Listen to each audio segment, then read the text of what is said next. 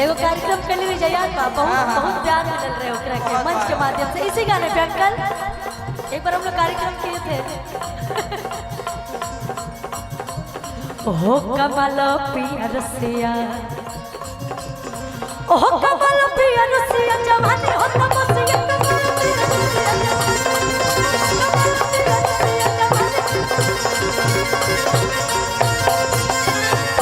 आज कोई नहीं आप अपने डांस में कटौती क्यों कर रही हो मुझे बताओ। आप अपने डांस में कटौती कर रही हो, इतना अच्छा परफॉर्म करते हो फिर भी आज आप नहीं कर रहे। मैं उधर भाग मैं आपके पास ही हूँ, चलो आप मेरे साथ करो आप। ओहो कमल पिया रसिया सारे खाना बना को पाए।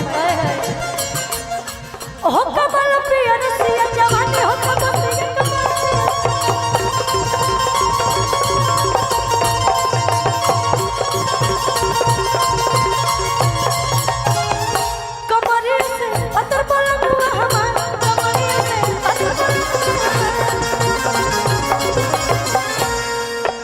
चल लूटा हरिया तो नदी बिच नहीं आई लोर मारे। चल लूटा हरिया तो नदी बिच नहीं आई लोर मारे बाबा कि चल लूटा हरिया तो नदी बिच नहीं आई अरे हिलोर मारे का तो करी हैया गोरी करी हैया गोरी हिलोर अरे चल लूट हरिया तो नदी बीच नहीं हिलोर मारे। चल लूट हरिया तो नदी बीच नहीं हिलोर मारे करी हैया गोरी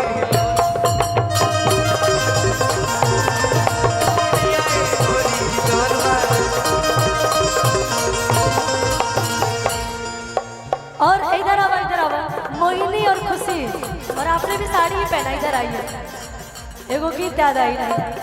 मोहिनी आपकी साड़ी मुझे बहुत अच्छी लग रही है, खुशी की साड़ी मुझे बहुत अच्छी लग रही है। कह तरी कि ससुरा से लाजबा आना भसुरा से डरबा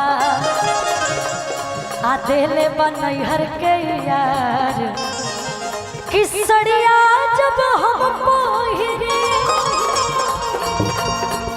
कि ससुरा से लाजबा न भसुरा से डरबा दिले बनैहर के यार सरिया जब हम पहिरे। ए मोहिनी कि सुर देखा के तोर सब सरिया जब हम पहिरे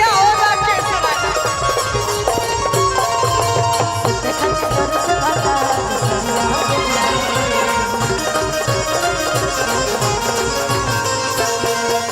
लेकिन गाना हमको याद आ गया आपको देख के कबत बाकी सुखाई लत बाड़ू दिनों पे दिन गुबाराई लत बाड़ू।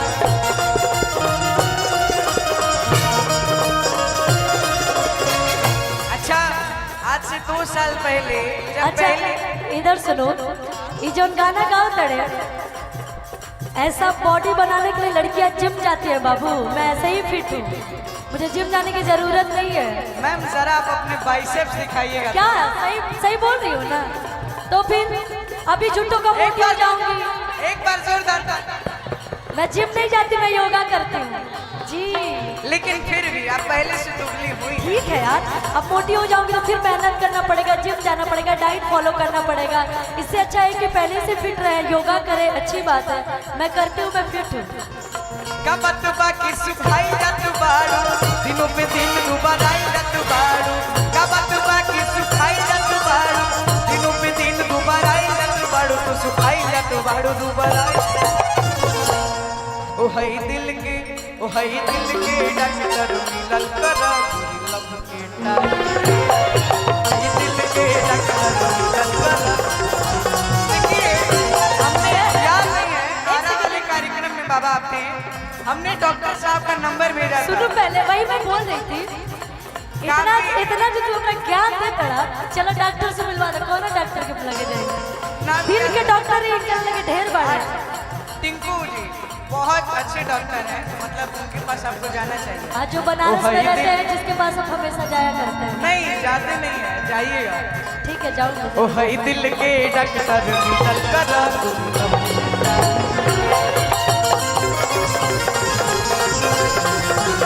ओ है दिल के डॉक्टर निकल कर गोरी लगता क्लियर कर।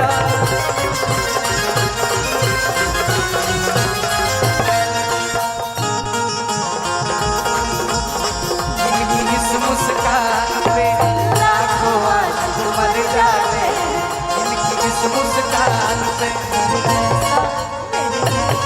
मेरे जैसा कोई नहीं है। पूरे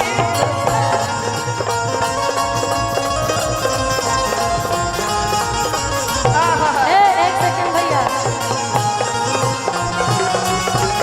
इससे कोई नहीं। एक सेकंड एगो लाइन याद आई ले आ रहे हैं। नागालैंड से आए हैं। जिया बाबा लड़की लड़की एक लड़की आया से मारे भी एक लड़की। ये टेक्नोलॉजी कब आई? सुना खुशी खातिर इनकरा खातिर। लड़की लड़की एक लड़की आया से मारे भी एक लड़की।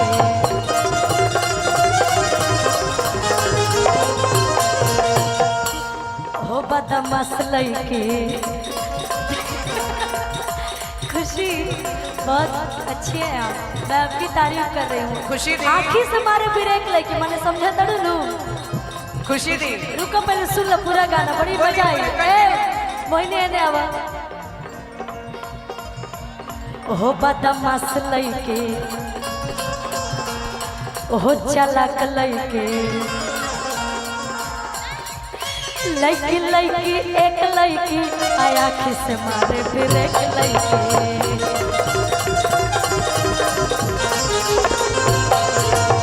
लड़की लड़की एक लड़की आखी से मारे फिर एक लड़की। देखिए चलत एक मीठा मीठा।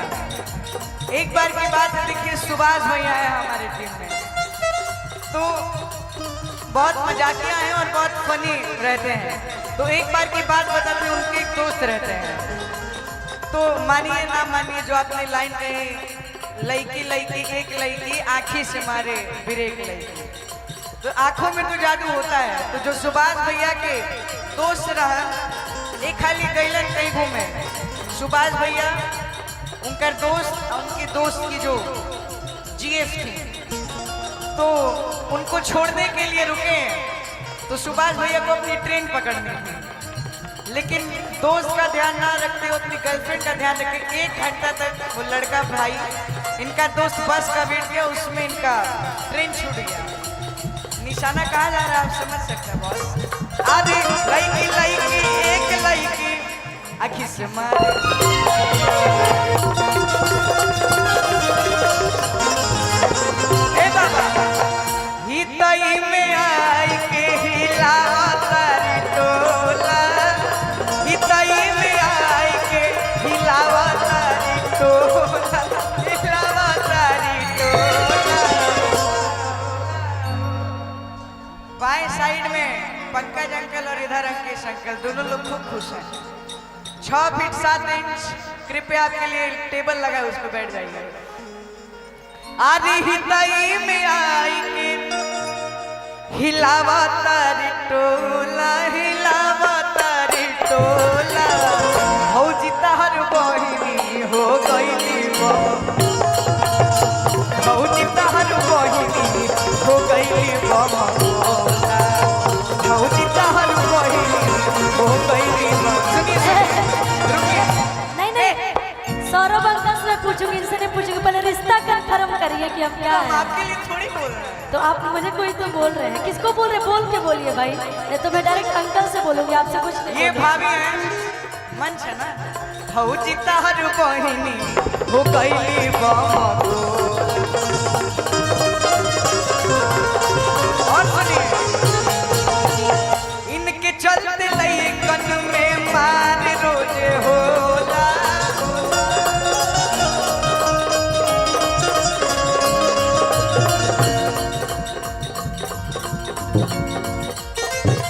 पंकज राकेश जी में मार रोजे होला हो मार रोजे होला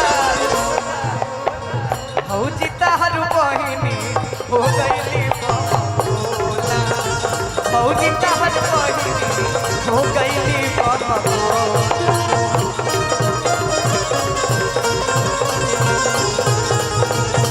ए भैया लागता कि लील चाहिए टावर के हजमोला लागता कि लील चाहिए टावर के हजमोला ई टावर के हजमोला भौजी तहर बहिनी हो गई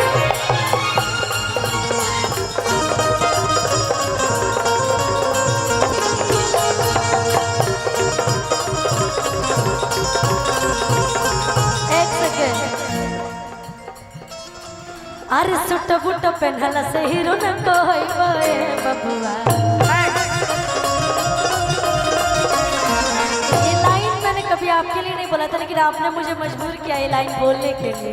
कंटिन्यू अरे सुट बुट पहनला से हीरो न कोई बे बबुआ। अरे बबुआ तू तो लफुए कहई बे बबुआ तू तो लफुए कहई बबुआ।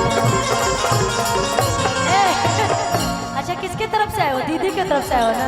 आप भी उन्हीं की तरफ से आई हूँ ठीक है, लेकिन मैं भैया भाभी बोल रही हूँ। मेरा रिश्ता अलग आपका रिश्ता अलग है। तो अंकल वो लाइनियाँ इनके निगाह दो क्या? आपकी परमिशन हो तो। हेलो रिश्ता आप बिगाड़िए ठीक है। अरे बेटा आपने ही तो बोला मुझे। बात सुनिए हम लोग आए हैं बाबा तनी रुको हम लोग आए हैं लड़की वालों की तरफ से मुकेश अंकल की बेटी की शादी आपने क्या बोला? भौजी तार बहनी हो गई। पहले रिश्ता आप बिगाड़ी आप दूल्हे को भैया बोल रही हैं और दुल्हन को हम मैं आपके लिए गाऊँ या नहीं? आपकी परमिशन होगी तभी गाऊंगी, मैं ऐसे नहीं गाऊंगी। गा दो ना। अब ये बोल दिया मेरा दोस्त बिल्कुल भी नहीं। अब क्या गा रही है हमको थोड़ी पता है, इसीलिए ना बोलो, सोच समझ के बोलिए। बोलिए कुछ अच्छा ही बोलेंगे, आपके लिए बुरा नहीं बोलेंगे।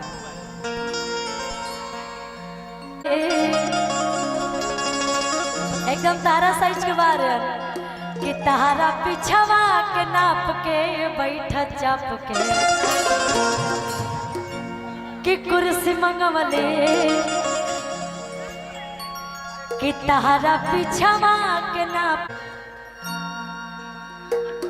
हो गया भाई? गाइए आवा आपने बोला तब मैं गा रही हूँ कि कुर्सी मंगवले कुर्सी मंगव